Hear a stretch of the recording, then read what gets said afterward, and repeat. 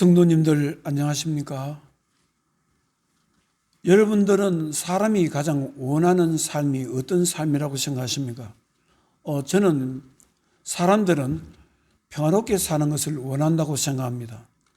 사람들이 가장 원하는 것은 평화롭게 사는 것, 그렇게 생각합니다. 사람들은 한평생 평화를 얻기 위해서 일하고 평화를 얻기 위해서 싸움을 합니다. 평화로운 삶을 위해서 돈을 벌려고 애를 쓰고 평화로운 삶을 얻기 위해서 사람에게 기대를 해봅니다. 창세기 5장 28절에 보면 라멕이 아들을 낳았습니다. 그 아들 이름이 노아인데요. 아버지 라멕이 어떻게 해서 아들 이름을 노아로 지었느냐 하면은 아버지의 세대가 참으로 힘들고 공고한 삶을 살았던 모양입니다. 그래서 자기 아들이 태어나게 되면 자기 아들을 통해서 자기가 편안하게 살게 될 것이고 또 주위의 사람들도 자기 아들을 통해서 편안하게 살 것이라는 이런 소망을 가지고 아들 이름을 지었습니다. 창세기 5장 29절에 이름을 노아라 하여 이르되 여호와께서 땅을 저주하심으로 수고롭게 일하는 우리를 이 아들이 안위하리라 하였더라. 안위가 무엇입니까? 마음을 편안하게, 삶을 즐겁게, 사람의 삶을 위로하는 삶. 그 바로 아들이 노아가 바로 아버지의 삶을 평화롭게 할 것이다. 그런 소망을 가지고 이름을 지었습니다. 사람은 평화를 위해서 싸움을 하게 되고 평화를 위해서 전쟁을 하게 됩니다. 사랑하는 성도 여러분, 하나님께서 사람들에게 원하시는 삶은 무엇일까요? 하나님께서 원하시는 삶은 평화입니다. 사람들이 평화롭게 사는 것을 하나님께서는 보시기를 원하십니다. 이사야서 11장에 보면 하나님께서 통치하시는 세상이 어떤 세상인가를 말씀하고 있습니다. 이사야서 11장 6절에 그때에 이리가 어린 양과 함께 살며 표범이 어린 염소와 함께 누우며 송아지와 어린 사자가 살찐 짐승이 함께 있어 어린아이에게 끌리며 암소와 곰이 함께 먹으며 그것들의 새끼가 함께 엎드리며 사자가 소처럼 풀을 먹을 것이며 젖 먹는 아이가 독사의 구멍에서 장난하며 바로 이 모습이 하나님께서 인간 세상에서 이루어지기를 원하시는 평화로운 삶을 말씀합니다. 이사야서 9장에도 보면은 이 땅에 오실 메시아가 어떤 분인가를 말씀하고 있습니다. 이사야서 9장 6절에는 이 땅에 오실 메시아 그리스도는 평강의 왕이라고 말씀합니다. 그분은 전능하신 하나님이라 영존하시는 아버지라 평강의 왕이라 할 것입니다. 바로 이사야서 9장 6절에 기록되어 있습니다. 예수님께서 이 땅에 인간의 몸으로 오신 것도 사람들을 평화롭게 살도록 하시기 위해서 오신 것입니다. 인간 속에 있는 죄 때문에 하나님과 영적으로 평화의 관계가 깨진 사람들의 죄의 문제를 해결시켜서 하나님과 영적으로 평화로운 관계 속에서 살도록 하시기 위해서 예수님은 이 땅에 오셨습니다. 사람들의 평화를 위해서 예수님께서는 십자가에서 자신의 생명을 버리신 것입니다. 이사야서 53장 4절에 그는 바로 메시아 예수님은 실로 우리의 질고를 지고 우리의 슬픔을 당하였거늘 우리는 생각하기를 그는 징벌을 받아 하나님께 맞으며 고난을 당한다 하였노라. 그가 찔림은 우리의 허물 때문이요 그가 상함은 우리의 죄악 때문이라. 그가 징계를 받음으로 우리는 평화를 누리고 그가 채찍에 맞음으로 우리는 나음을 받았도다. 사랑하는 성도 여러분, 예수님을 믿는다는 것은 하나님과 영적으로 평화롭게 살기 위해서 믿는 것입니다. 예수님을 믿음으로 죄 용서함을 받아서 하나님과 영적으로 깨진 관계를 회복하여서 하나님과 더불어 평화롭게 살기 위해서 우리는 예수를 믿는 것입니다. 오늘 성경 말씀은 로마서입니다. 사도 바울은 로마 교회 성도들에게 전하고 싶은 핵심 메시지 중에 하나는 바로 성도들이요, 로마 성도들이요, 하나님과 영적으로 화평한 관계, 평화의 관계를 유지하는 데 우리는 최선을 다해야 됩니다. 바로 이 메시지가 사도 바울이 로마 교회 성도들에게 보내고 싶은 내용이었습니다. 로마서 5장 1절에 그러므로 우리가 믿음으로 의롭다 하심을 받았으니 우리 주 예수 그리스도로 말미암아 하나님과 화평을 누리자. 하나님과 화평을 누리자는 말씀이 무슨 말씀입니까? 우리는 하나님과 함께 평화를 누리자는 말씀입니다. 사도 바울은 하나님의 자녀의 삶은 예수님의 은혜 안에서 하나님과 화평을 누리는 삶, 평화를 누리는 삶이라고 하시면서 성도들은 하나님과의 영적으로 평화의 관계를 잘 맺기 위해서 자신의 믿음의 상태와 삶의 상태를 끊임없이 관리해야 된다, 점검해야 된다고 말씀하고 있습니다. 사랑하는 성도 여러분, 여러분들은 자신의 영과 혼과 몸의 평화를 위해서 얼마나 노력을 하고 있습니까? 얼마나 최선을 다하고 있습니까? 우리들은 이 땅에 살아있는 한 자신의 영과 혼과 몸의 평안과 평화를 위해서 늘 신경을 써야 합니다. 영혼과 몸의 평안은 그냥 얻어지는 것이 아닙니다. 영혼과 몸의 평안은 바로 하나님과 평화로운 관계를 가질 때만이 비로소 우리는 얻을 수가 있는 것입니다.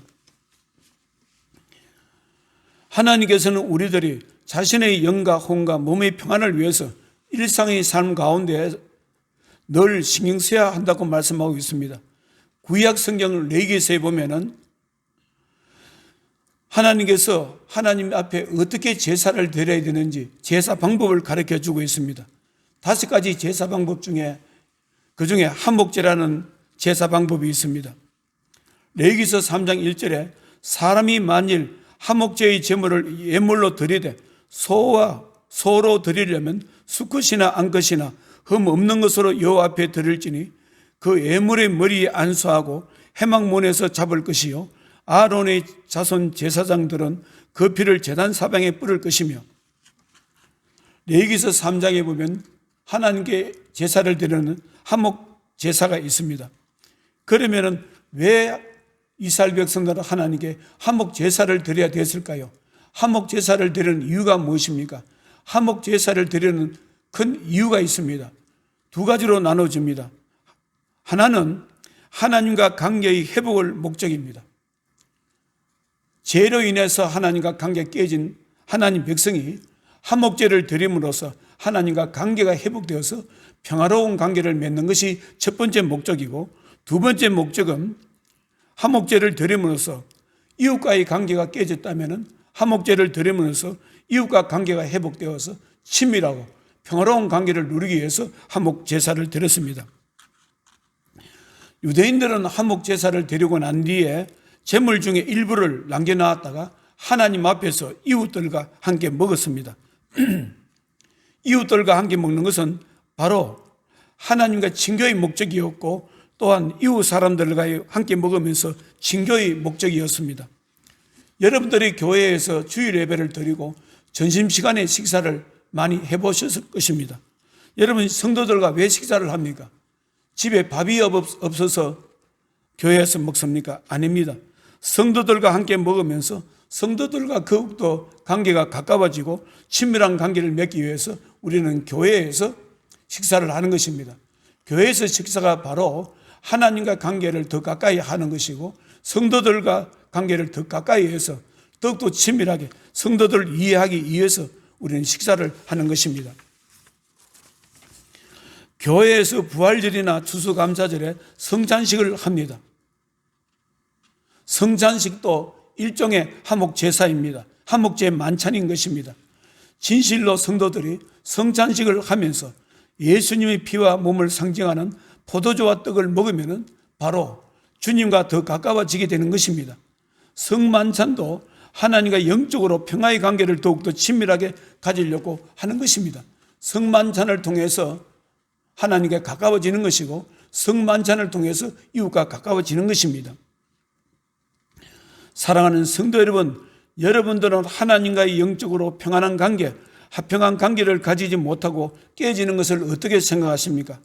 하나님의 자녀가 하나님과의 영적인 관계, 평안하고 화평한 관계가 깨져도 아무런 일이 일어나지 않는다고 생각하십니까?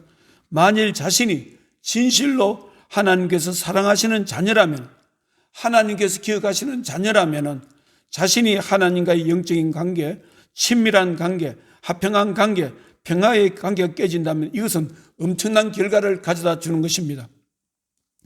경우에 따라서는 하나님과 관계가 깨지게 되면, 평화의 관계가 깨지게 되면 모든 것을 잃게 되는 것입니다. 이러한 사실을 우리는 창세기 3장에서 볼 수 있습니다. 창세기 3장에 보면 하나님께서 아담과 하와에게 에덴 동산에 있는 선악을 알게 하는 열매를 따먹지 말라 합니다. 너는 그것을 먹으면 죽는다고 그렇게 말씀을 했습니다. 그러나 아담과 하와는 사단의, 마귀의, 뱀의 유혹으로 그 선악과를 먹게 되는 것입니다. 창세기 3장 11절에 하나님께서 이르시되 내가 내게 먹지 말라 명한 그 나무의 열매를 내가 먹었느냐? 창세기 3장 12절에 아담이 이르되 하나님이 주셔서 나와 함께 있게 하신 그가 그 나무의 열매를 내게 주므로 내가 먹었나이다. 아담이 하나님께 말씀에 불순종해서 선악과를 따먹었을 때 어떤 불이익을 가지게 되었습니까? 창세기 3장 17절에 내가 내게 먹지 말라 한 나무의 열매를 먹었은즉 땅은 너로 말미암아 저주를 받고 너는 내 평생에 수고하여야 그 소산을 먹으리라. 땅이 내게 가시덤불과 은근기를 낼 것이라. 내가 먹을 것은 밭의 채소인즉 내가 흙으로 돌아갈 때까지 얼굴에 땀을 흘려야 먹을 것을 먹으리니.